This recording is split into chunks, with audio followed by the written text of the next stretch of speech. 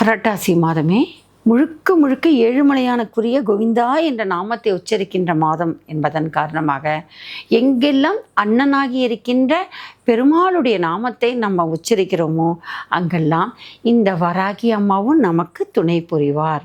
இதுதான் முக்கிய சிறப்பு. அதே போல் ஏழுமலையான் கோவிந்தா கோவிந்தா என்று சரணாகதி அடையும் பொழுது எப்படி லக்ஷ்மி கடாட்சத்தை நமக்கு அள்ளி கொடுப்பாரோ அதுபோல் அந்த வராகி அம்மாவும் தன்னை அண்ணனை போஷிக்கின்ற இந்த மாதத்தில் வராகி அம்மாவும் நமக்கு லக்ஷ்மி கடாட்சத்தை அருளி செய்வார்.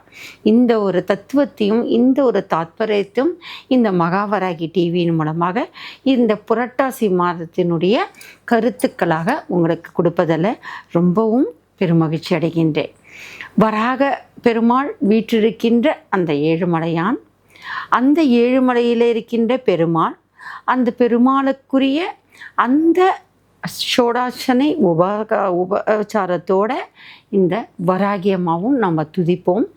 இந்த புரட்டாசி மாதம் முழுக்க எவ்வளவுக்கு அவ்வளவோ நம்ம பெருமாளை போஷிக்கின்றோமோ அந்த அளவுக்கு வராகி பக்தர்களுக்கு அண்ணனுடைய அருள்கடாட்சத்தும் கிடைக்கின்ற ஒரு சந்தோஷமாக நிறைந்த ஒரு மாதமாகவும் அமைந்து அதுவும் புரட்டாசி சனிக்கிழமை மாத சிவராத்திரியாக சிவனுடைய அந்த அம்சத்தோடு சிவபெருமானுடைய அம்சத்தோடு இருக்கின்றது.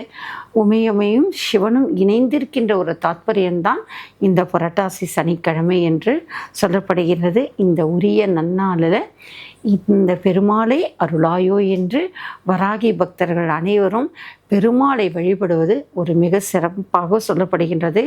ஏனென்று சொன்னால் ஏழுமலையில் தான் வராகமூர்த்தியினுடைய அந்த அம்சமானது நிறைந்து காணப்படுகின்றது. அதே போல் ஸ்ரீமுஷ்ணம் ஜெயகொண்டான் பக்கத்தில் இருக்கின்ற ஸ்ரீமுஷ்ணம் இந்த பூமியை பண்டாசுரன் கிட்டேருந்து அந்த அண்டத்திலிருந்து காப்பாற்றி கொண்டு அந்த பெருமாளின் தாயாரையும் வைத்த இடம் என்று சொன்னால் இந்த ஸ்ரீமுஷ்ணம் என்று சொல்லப்படுகின்றது. எப்படி என்று சொன்னால் எல்லாரும் கேட்குறாங்க, வராகி அம்மா எப்படி வந்தாங்க, வராக அவதாரம் எப்படி வந்தது, எத்தனையோ முறை சொல்லி ஆயிடுச்சு. ஆனாலும் இன்றைக்கு புரட்டாசி மாதத்தில் ஒரு முறை நம்ம வராகரை பற்றியும் வராகி அம்மா பற்றி பேசும்போது இன்னும் நம்மளை சுற்றி ஒரு சிறப்பான தெய்வீக அதிர்வலை வருவதற்காக திருப்பி உங்களுக்கு சொல்கிறேன்.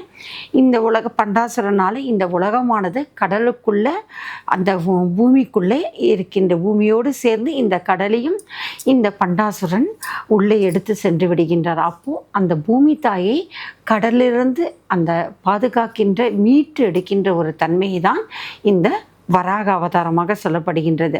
அப்போ எல்லாருக்குமே ஒரு சந்தேகம் வரும். நான் சமீபத்தில் கூட ஒரு பெரிய டாக்டர் ஜோசப் அவருடைய அந்த வீடியோ பார்த்திங்கன்னா கூட தெரியும். அவர் ரொம்ப அழகாக தத்வார்த்தமாக அதை சொல்லியிருப்பார். எப்படி பண்டாசுரன் கடலுக்குள்ளே எப்படி பூமி இருக்குது, ஏன்னா 30% நிலப்பரப்பு, 70% கடல், எப்படி ஒழிச்சு எடுத்து பண்டாசுரன் போக முடியும், எப்படி வராக போது அவர் ரொம்ப அழகாக சொல்கிறாரு. நம்ம எப்போதுமே படிச்சிருக்கோம், அண்டத்தில் பிண்டம் பிண்டத்தில் அண்டம்ன்றதை நிறைய சொல்லியிருப்பாங்க. சித்தர்களுடைய பாடல்கள் எல்லாம் சொல்லுவாங்க, அத்தனை அண்டங்கள் இருக்கின்றது, ஒவ்வொரு அண்டத்தையும் கடந்து தான் நம்ம சொல்லணும், ஒவ்வொரு அண்டத்தையும் சென்று சென்று சென்று தாண்டி தாண்டி வரும். சித்தர்களால் ஒரு அண்டத்தை தான் கடக்க முடியும், முனிவர்களால் சில அண்டத்தை கடக்க முடியும். இதே மாதிரி இந்த அண்டத்துக்கு மேலே அண்டம் இருக்கின்றது தான் அணுவுக்கு அணுவாக இருக்கின்ற சிவபெருமான். அதற்கு மேலே யாருமே நெருங்க முடியாத ஒரு அண்டத்தில் இருக்கிறது யார் அப்படின்னு சொன்னாதான் மாதா புவனேஸ்வரி, ராஜராஜேஸ்வரி, ஆதிபராசக்தி. அவங்கள பாதுகாக்கின்ற ஒரு தன்மை லலிதாம்பிகைக்குரிய அந்த பாதுகாக்கின்ற ஒரு பொறுப்பில் தான் இந்த வராகி அம்மாவும் இருக்காங்க. இந்த அண்டத்துக்குள்ள அண்டமாக இருக்கும்போது பண்டாசுரன் என்ன செய்கிறாரா, பூமிக்கு நடுவுக்குள்ளே அப்படி புகுந்து அப்படியே தூக்கிட்டு போகிறாராம். தூக்கிட்டு போகும்போது இந்த கடலையே பாயா சுருட்டி கொண்டு அப்படியே சுருட்டி ஒரு அண்டத்திலேருந்து ஒரு அண்டம், நம்ம இருக்கிறது பூமி ஒரு அண்டம், இதை தவிர பல அண்டங்கள் இருக்குது. அப்போ மொத்த பூமியும் கடலோடு சேர்த்து சுருட்டி அவர் ஒரு அண்டத்தை விட்டு அண்டம் வெளியில சொல்லும் பொழுது இந்த வராக பெருமாள் என்ன செய்கின்றார்? அந்த அண்டத்துக்குள்ளே போய் இந்த கடலை விரித்து அந்த பாயா சுருட்டி கொண்டு செல்கிறார் இல்லையா, அந்த பண்டாசுரன் கிட்டேருந்து அந்த கடல் என்னும் பாயை திருப்பி விரித்து இந்த பூமியை மீட்டு எடுத்து வருவதாக தான் ஐதீகம். இதை ரொம்ப அழகாக விளக்கமாக அவர் சொன்னதும் நான் சமீபத்தில் அந்த காணொலியை கண்டேன். இந்த அமைப்பில் அந்த பண்டாசுரன்கிட்டேருந்து அந்த பூமி தாயாகி அந்த மகா தாயாரை வந்து மீட்டெடுக்கிறாங்க. அப்போ பூமி அப்படி அண்டத்துக்குள்ளேருந்து அப்படி எடுத்துகிட்டு வரும் பொழுது அந்த வராகனுடைய அந்த கொம்பில் வந்து அந்த பூமியை அதில் அமைப்பை கொண்டு வரணும். அப்போ தான் இந்த பார்வதி, உமையம்மை, தாக்ஷாயினி என்ன செய்கின்றார்கள்? அவங்களாக வராக அவதாரம் அவங்களும் எடுத்து தன் அண்ணனுக்காக அந்த பூமியை எடுத்து அந்த தன்னுடைய கொம்பால் என்ன செய்கின்றார்கள்? அந்த அண்ணனுடைய அந்த 2 கொம்புக்குள்ளே கொடுக்குறாங்க. அந்த வராக அவதாரத்தோடு அவர் பூமியை மீட்டு அந்த அண்டத்துக்குள்ளே இருக்க இன்னொரு அண்டத்திலிருந்து திருப்பியும் பூமியை ஒரு அண்டமாக கொண்டு வந்து ஒப்படைக்கிறார். அப்படி ஒப்படைக்கின்ற போது அந்த தாயாரை கொண்டு வந்து சேர்த்த இடம் என்று சொன்னால் ஜெயகுண்டான் பக்கத்தில் இருக்கின்ற ஸ்ரீமுஷ்டம் என்ற ஒரு பெருமாளுடைய ஸ்தலம். ஏழுமலையானுடைய அந்த திருப்பதியுடைய அமைப்பில் அந்த வராக பெருமாள் இருக்கிறார்களோ அதே அளவுக்கு சிறப்புடைய ஒரு ஸ்தலம் என்று சொன்னால் இந்த ஸ்ரீமுஷ்டம். பெருமாள் வழிபாடு என்று சொல்லும்போதே புரட்டாசி மாதம் எல்லாரும் நேரம் என்ன செய்கிறாங்க?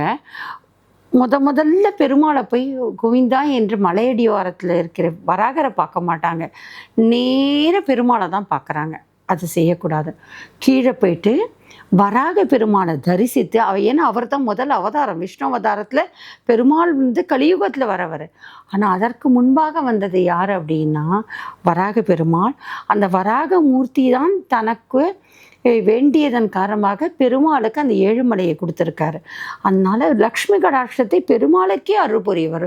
வராகவர்கிட்ட இருந்து தான் வட்டி வெங்கடேச பெருமாளாக வட்டிக்கு வாங்குறார் அவர். அந்த அளவுக்கு செழிப்புடைய வராக மூர்த்தி. அந்த குளத்து பக்கத்தில் இருக்கின்ற அந்த புஷ்கரணி பக்கத்தில் இருக்கின்ற அந்த குளத்தில் தண்ணியை புரோஷனம் பண்ணிட்டு முடிந்தால் அதை நீராடி விட்டு வராக பெருமாளை தரிசித்து அதற்கப்புறம்தான் திருப்பதி ஏழுமலையானை தரிசனம் செய்வது சாலை சிறந்தது. இதற்கு முன்பாக தாயார் பத்மாவதி தாயாரையும் பார்த்துட்டு லக்ஷ்மியை பார்த்துட்டு அந்த சந்தோஷத்தை நம்ம பத்மாவதி தாயாரை பார்த்தாலே அந்த முகத்தில் நமக்கு லக்ஷ்மி கடாட்சம் வரும்.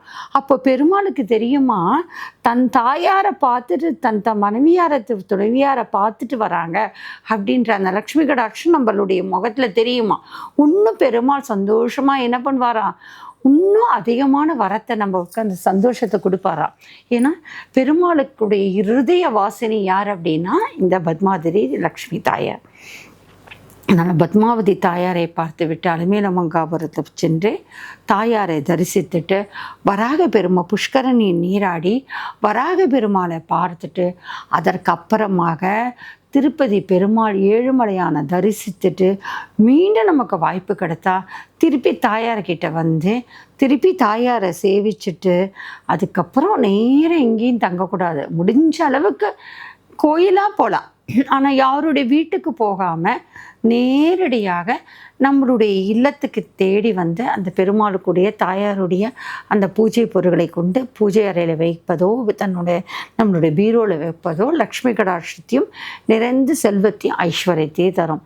இத்தகைய தாத்பரியமுடைய அந்த வராக பெருமாள். அந்த வராக பெருமாள் தோன்றிய காலத்தில் தோன்றியவங்க தான் நம்மளுடைய அம்மா வராகி அம்மா. புரட்டாசி மாதத்தில் எவ்வளோக்கு அவ்வளோ நாம் வராக மூர்த்தியோடு தொடர்புடைய அந்த திருப்பதி ஏழுமலையானை நினைத்து வழிபடுகின்றோமோ, கோவிந்தா கோவிந்தா கோவிந்தா என்ற நாமத்தை தொடர்ந்து உச்சரிக்கின்றோமோ, அந்த நேரத்தில் வராகி அம்மாவும் மனம் மகிழ்ந்து அண்ணனை நம்ம நினைக்கிறார்களே என்ற ஒரு சந்தோஷத்தில் வராகி அம்மாவும் அதிக வரம் தரலாம். நான் நிறைய இடத்துல கோயிலில் தீமிதி திருவிழாலலாம் பார்த்துருக்கேன். நிறைய கோயிலில் வந்து சாமி வந்து ஆடுவாங்க திருவிழா காலத்தில். அப்போ பார்த்திங்கன்னா பெரும்பாலும் நாகாத்தம்மன் வந்து ஆடுகின்ற பொழுது, அம்மன்லாம் வந்து ஆடுகின்ற நேரத்தில் மனிதர்களுடைய உடம்புல காப்பு கட்டி அவங்களோட தெய்வாம்சமாக ஆடும்போது பார்த்தா அப்படின்னா தீமிதிக்க நேரத்துலன்னா எங்களோட செல்லியம்மா கோயிலில் கூட நான் ஒரு 5-6 வருஷம் முன்னாடி போட்டிருப்பேன். தீமிதியில் ஒருத்தங்க உடம்புல நாகாத்தம்மா வராங்க. நாகாத்தம்மா வந்து கோவிந்தா கோவிந்தா அண்ணா நாராயணா நாராயணா தீமிதிக்கிற இந்த பக்தர்களை காப்பாற்று கோவிந்தா கோவிந்தான்னு தீ முடிக்கிற வரைக்கும் அந்த நாகாத்தம்மா அவங்க உடம்புல வந்து கோவிந்தா கோவிந்தா நாராயணான்னு சொல்லிட்டு தன்னுடைய எல்லையில் இருக்க பக்தர்களுக்காக வேண்டுகிறாங்க. அப்போ தான் நான் உணர்ந்தேன், சாமியாடி ஒருத்தர் உடம்புல சாமி வரவழைக்கணும். மணப்பாக்கம் கன்னியம்மன் கோயிலில் தான் எனக்கு முதல்ல அவங்க கோயிலுக்காக உத்தரவு கேட்கணும்னு என்னை உட்காத்தி வச்சு உடுக்கா பம்பான்னா அடித்து என்னை வந்து பாடி என்னை சாமி வர வச்சாங்க. என்னோட ட்ரிசூலம் டிவியில் அது தெரியும். அப்போ பேசும்போது கூட அந்த கோவிந்தான்ற அந்த வார்த்தை வந்தாதான், என் உடம்புலேருந்து சாமி ஆடி வந்தாதான் அவங்க என்ன ஒத்துக்கிட்டாங்க, அது வந்து வராகியம்மா வருவாங்கன்னு. அதுக்கு அப்போது அந்த சப்த கன்னியர்களில் பல பேருடைய உடம்புல வரவேற்க ட்ரை பண்ணேன். கடைசியில் அவங்க என் உடம்புல தான் வரணும், உடுக்க பம்பை வச்சு என் உடம்புல தான் வர வச்சாங்க. அப்போது அந்த முதல்ல வந்த வார்த்தை என்னென்னா, என்னையே அறியாமல் கோவிந்தா கோவிந்தாகுன்ற நாமம். அதற்கப்புறம்தான் வராகியம்மா என் உடம்புல வந்தாங்க.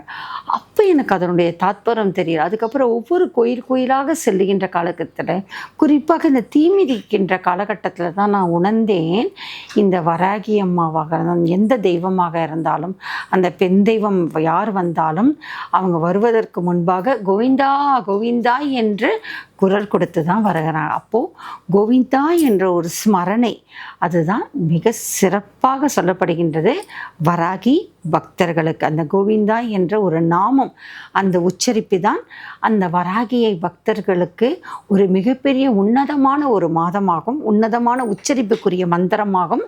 இந்த கோவிந்த மந்திரம் புரட்டாசி மாதத்தில் வராகி பக்தர்களுக்கு உங்களை தருவதில் ரொம்ப சந்தோஷப்படுகின்றேன்.